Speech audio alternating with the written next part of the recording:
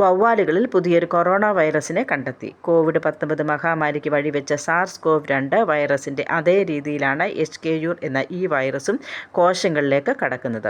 കോശങ്ങളിലെ angiotensin converting enzyme 2 ആണ് ഈ പുതിയ വൈറസും ഒട്ടിച്ചേരുന്നത്. അതുകൊണ്ട് തന്നെ വവ്വാലുകളിൽ നിന്ന് മനുഷ്യരിലേക്ക് പകരാനുള്ള സാധ്യതയുണ്ടെന്നാണ് വിലയിരുത്തൽ.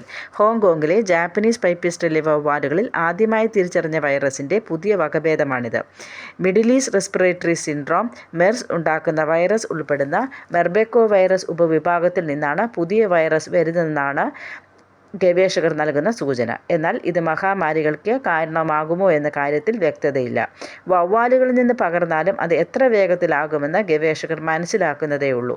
കോവിഡിന് വഴിവെച്ചുവെന്ന ആരോപണം നേരിട്ട ചൈനയിലെ വുഹാൻ ഇൻസ്റ്റിറ്റ്യൂട്ട് ഓഫ് വൈറോളജിയിലെ WIV ഷി ഷെങ്ലിയാണ് പഠനത്തിന് നേതൃത്വം നൽകിയത്. വവ്വാലുകളിലെ വൈറസുകളെക്കുറിച്ചുള്ള ഗവേഷണത്തിലൂടെ ബാറ്റ് വുമൻ എന്ന വിളിപ്പേര് ലഭിച്ച ഗവേഷകയാണ്